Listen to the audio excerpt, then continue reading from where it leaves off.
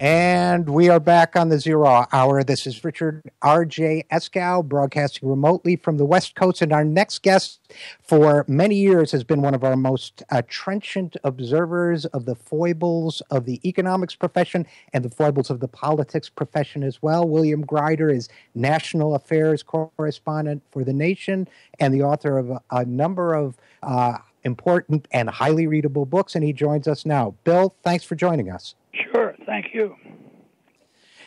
Listen, there were a couple things I wanted to speak with you about, but let's start with this debate, this Democratic debate we heard. And I always give this disclaimer that I do work for Bernie Sanders, so listeners should filter my comments accordingly. But what did you think of that debate, Bill?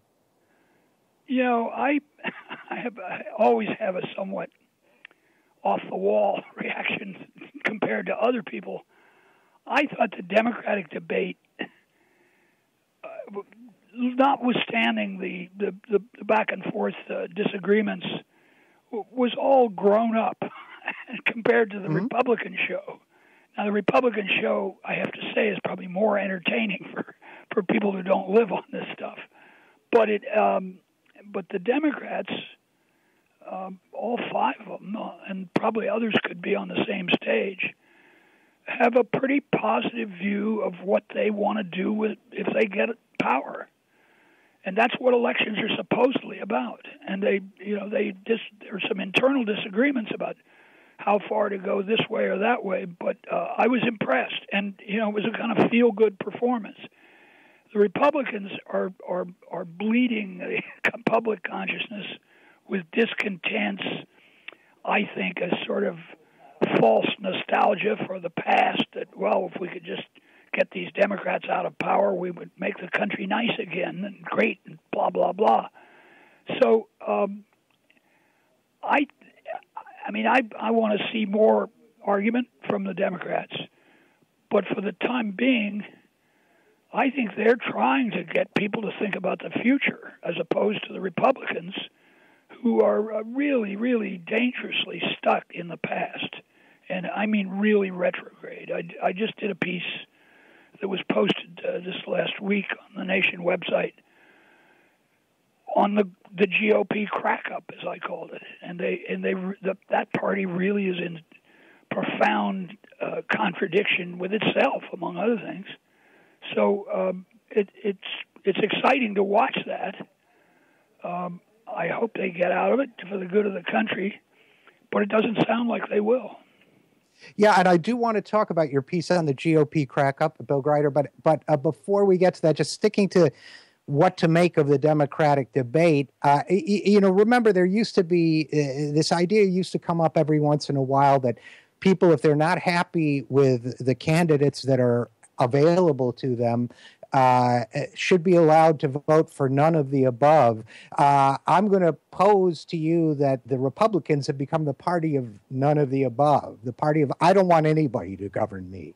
That if that's your position, you vote Republican nowadays, but that the Democratic Party, therefore, what we saw on the stage on Tuesday, and I'm speaking as an observer and commentator, not as someone who's allied with any one candidate, that it seems to me that the Democratic debate fulfilled the function that the general election debates used to fulfill, which is different philosophies of governance and different ideas about policies are debated somewhat seriously. It seems like that range of options that would have been, let's say, present in a debate between Adlai Stevenson and Dwight Eisenhower now exists in the Democratic primary. And then when you get to the Republicans, it's about some form of nihilism. Am I off base there? I agree with that. And but one of the problems for the Republicans is that.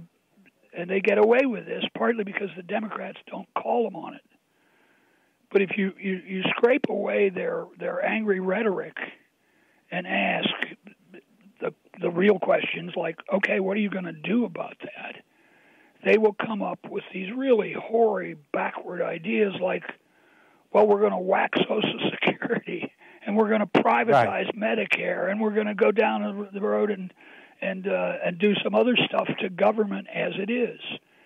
Now, if they would run on that honestly, and I mean really just tell the truth about what they have in mind, I think the electorate would blow them away, because I just know, particularly in the big stuff, that is not what people want when they're expressing their anger at government, and so it's a good setup for the Democrats.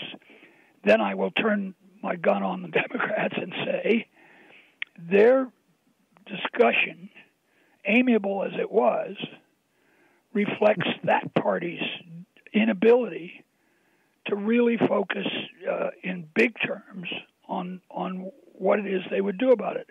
You know, because you follow this stuff, that those ideas are there, and Bernie Sanders is probably out front of all in articulating them. So we got some good choices forming, and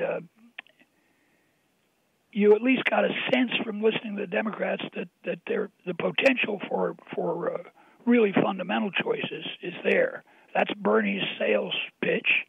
I happen to think he's right.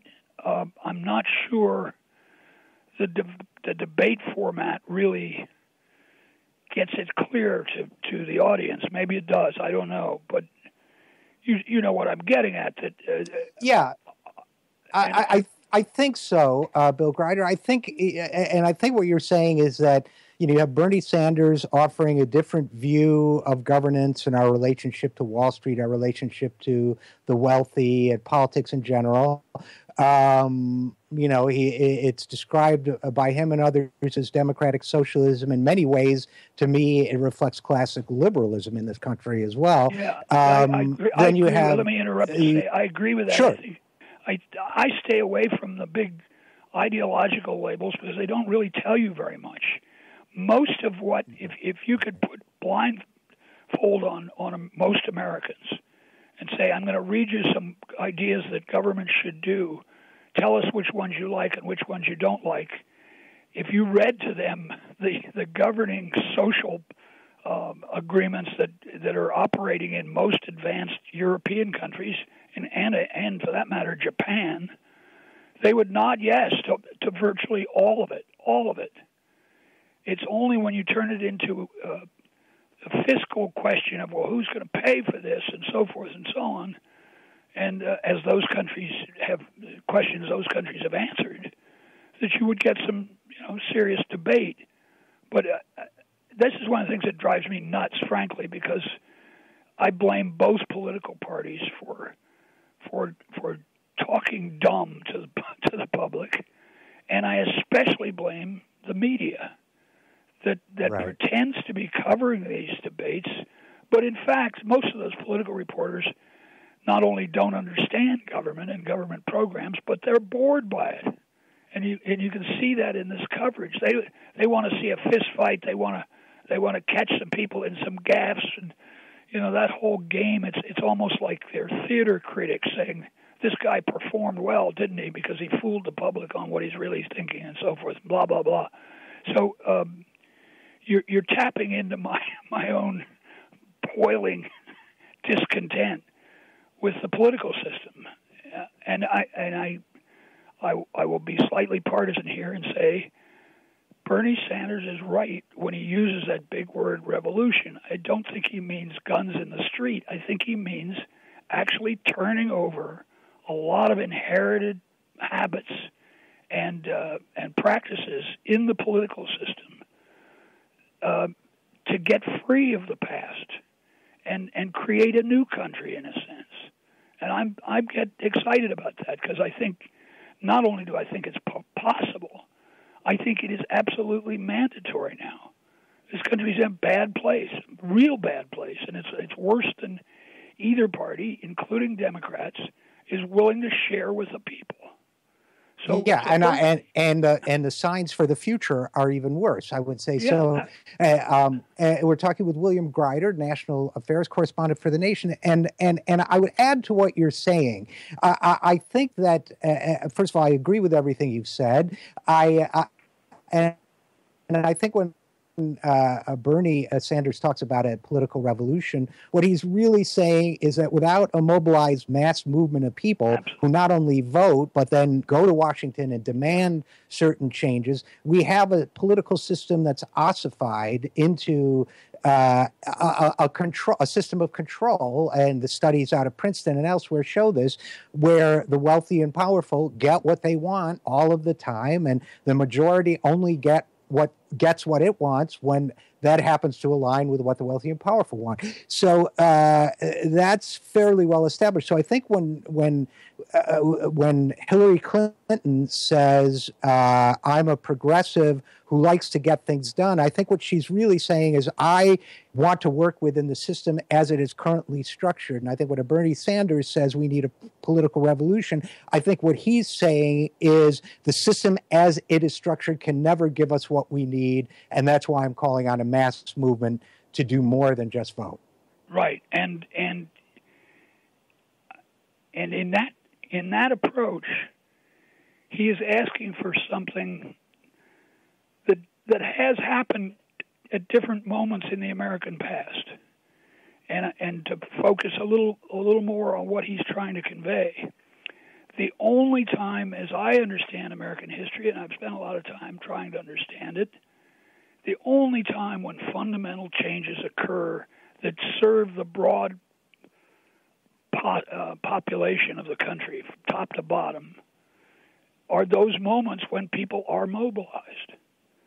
And the rest of it is they keep the government open and so forth and so on, and they go to war if they want to, and so forth and so forth. But it's those, what I think of, those democratic interludes when people really are connected, and we have the potential now. And Bernie is the sort of Diogenes leading the way in this area, but he's pulling others with him. He doesn't have to explain anger and discontent to people across the country. They're there. They know this governing system has either failed or betrayed them in both parties over the last 20 or 30 years. That's why we have the conditions we're in now. You can blame Wall Street, and I do, and you can blame big corporate power, I do. But those things unfolded with either the silent consent of the two political parties or their active collaboration. So I'm standing a little aside from all candidates, including Bernie, and say, I want to whap those guys over the head, and I want to tell the public, wake up, these people are not serving you, and that should make you angry. And if you're angry, you can mobilize and do something about it. And let's talk a little bit. I mean, I think that's a great way to put it. Let's talk a little bit about those democratic interludes, as you put it. Great phrase, by the way. Those democratic interludes where people are really forced to change in their government. What were they? Civil rights movement, bonus marchers during the Depression. What did you have in mind when you were talking about that? Century. I mean, as you know, because I've written about it, the money and banking system that is now a core ailment of our society. Everybody knows that. They saw what happened when the big banks got in trouble. The government, feeling bad about it, but nevertheless stepped forward and rescued the bad guys, and did very little to punish them for their miscreant behavior. And that people know that story. I think of the period of globalization that was launched really by Bill Clinton and the Democrats. I mean, they were the ones who started passing these trade agreements that literally approved the removal of good jobs, manufacturing from the U.S. market and economy to foreign lower economies with lower wages, all for the great benefit of multinational corporations. And some of us were standing on the sidelines through those years on the street corner like bag ladies saying, repent, the end is nigh. And we were right. We said this is going to hollow out the American middle class. Guess what? That's what's happened. So okay, here, but Bill, you got to slow me down and stop me, because once I get rolling, there's so much. Well, I'm going to have to stop you just because we're about to come to an end, and I wanted to make sure before we do, since you mentioned those Democratic interludes where the people actually made a difference, and I thought of the Civil Rights Movement, I thought of the bonus marchers during the Depression. What were a couple? I want to end on a positive note here. What were a couple of those? This is what I've been saying and writing in recent years. The established political system recognizes certain issues as relevant to the society, and they're mostly economic issues of one kind or another. Okay, we'll give a tax break to this industry or that industry, or okay, we'll cut taxes to stimulate the economy, blah blah blah. And because of the structure of both parties, people are generally cut out of those discussions. Right. They're not silenced totally, but they don't have much voice. We all know that.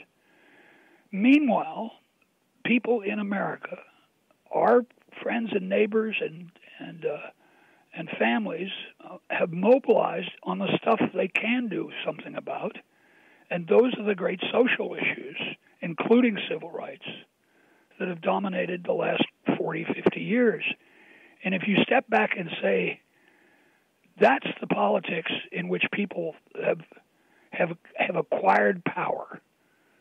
Nobody authorized them to push for gay marriage, and nobody authorized them to push for equal rights for women in the workplace and at home and everything else. And there's a long list. And there is the evidence people should consider to how democracy functions. And in each of those cases, there are a bunch of others.